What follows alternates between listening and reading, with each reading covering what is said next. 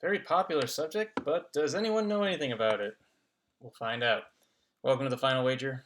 I'm Keith Williams, and things look promising here tonight for Anne. Off to a good start, but got a little squeamish on that daily double, and probably rightfully so. There's some tough clues before that, which reminds me that currency is something that I always mean to study. I mean to memorize all the different currencies. Generally, you think of South America or Central America, you think peso is pretty safe, but sometimes it isn't. Like with Brazil, it's the real. Dinar is de rigueur in the Middle East, although it isn't in some cases. Ruble made sense for Belarus, but I might have gone with the euro there. That would have buzzed in for sure. Anyway, she's got 9,000. Damien 5,500. That was a very key clue for him to pull off there at the end of the Double Jeopardy round, because now he's in contention, assuming he wagers properly. So let's see here. Anne doubles up. She'll have 18,000. Seth's just got to wager 3,900. If he's wrong, he's still going to have more than 10,000. You can see that pretty easily. So Anne's got to get it right. She should wager at least 2,000 to cover Damien. Of course, she should go for everything. She should really wager at least 5,100 to cover Seth, in case Seth wagers 0 again, which is unlikely. He's going to probably go for the lockout here. And I'm guessing not a dollar more, because you might have realized that could have cost him the other night against,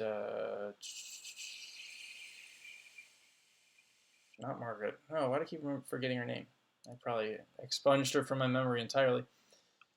Yeah, it says 10-2, so I guess I can see Damien doing 47.01 just fine. So Anne would want to keep at least 800 if she wants to go for second. I usually don't offer these things, but in desperate times, I offer not so desperate measures. It makes sense. It's $1,000 difference. I really wish they'd change that rule. I really wish they'd just give second plays heading into Final Jeopardy a little bit more, and then you'd feel free to wager whatever you want on Final. Ideally, I would do everyone gets 1,000. If you're in the lead heading into Final Jeopardy, you get an additional 500. If you're in second place after Final Jeopardy, you get an additional 500. By in the lead, I mean of the two non-winners. If you're ahead of the other non-winner heading into Final Jeopardy, you get the other 500. That makes things a little bit more exciting. $500, it's not insignificant, but it's less significant than 1,000, which can be the difference if you're in a distant third and you don't have a chance and the other guy has to go all in. Not really that fair, but if you're listening, Harry Friedman, that's all yours.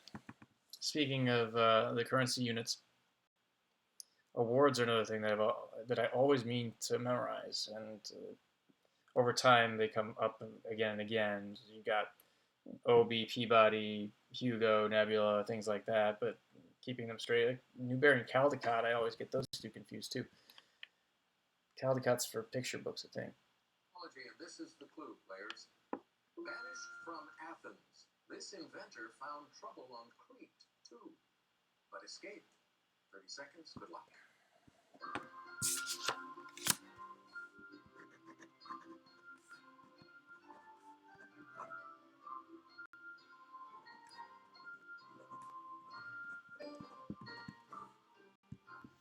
Who is the Minotaur? I started this thing where in between Learned League seasons, I'll learn a lot about one thing, and mythology came out. Greek mythology was a few seasons ago. So I feel like Stuck in there, but escaping. All right, Damien, over to you first. You have 5,500. Did you come up with the correct response? Nope. We didn't. I feel like I should know this, and I hope I got it right. $54.99. You have $1. Over to Anne. She had 9,000, and she wrote down Daedalus, the correct response, the father of Icarus. You are right. You add $34.99. That bumps you up, but not into the lead. Over to Seth Wilson, our champ, 14,100. We're looking for Daedalus. We have it, and your wager, 4,000, 18,100 today. Your total, and now a 9-day total of. Well, either way, that was a good wager. No matter whose wagering system you use. Where is it? Yeah, there. I got it. I had actually forgotten that he crafted the labyrinth as well, so that was a funny. It was more, well, not ironic, just coincidence. Yeah, ironic coincidence. I can never remember which is which. Anyway, we'll leave that there. Let's see. If Seth had gotten it wrong, he still would have had, what was it, 34.99? So I guess it's forcing Damien to get it right.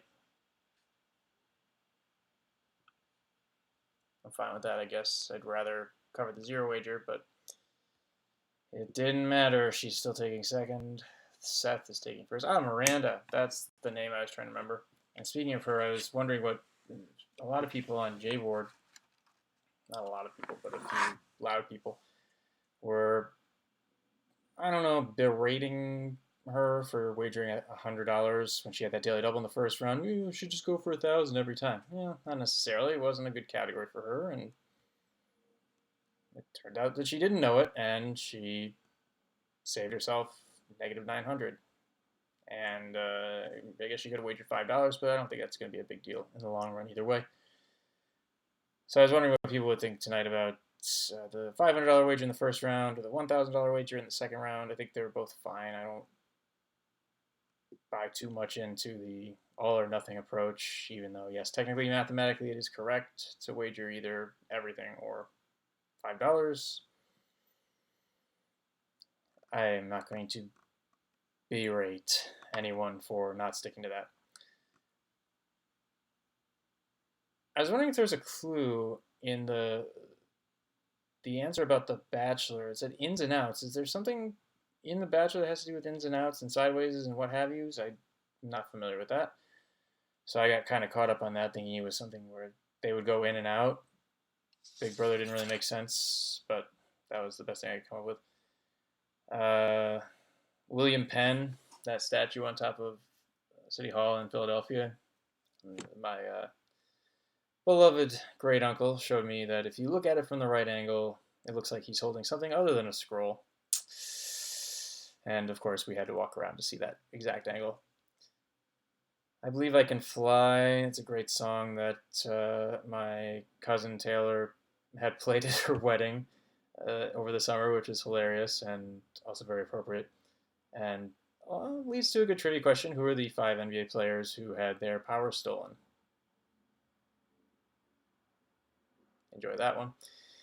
And the last thing I have written down is that I thought the JC Dugard neg was a little harsh, especially after they gave credit for La Marseillaise, which in any case you'd pronounce the S because there's an E following it in French. But with Dugard, and I had to look this up because I couldn't remember how to spell her last name and forgot why she was famous anyway. It's just D-U-G-A-R-D, which in French would be pronounced Dugard. You don't pronounce the D. So I thought that was a little questionable. Would it have mattered? I don't think so. Actually, it might have if I pull the scores back up. It would have given Anne another 4,000, so 13,000. It might have forced Seth to wager a little bit more on that daily double, which he missed. So I don't know. But I guess you could make the case that he only would have wagered 2,000 anyway, because that's all he ever does. So I was surprised to see him wager 1,500. That is all I have to say tonight, and I will make my bets as to whether Seth's going to win 10 tomorrow. Only 4 players have ever done that. Buzzy's 1-9, Ben Ingram 1-9, crap, Dan Pawson 1-9. There's got to be one more. Doesn't matter right now. Seth's in elite company in either case, and he will be back to try to break into that new stratosphere tomorrow. At which time I hope you'll join me right here on the Final Wager.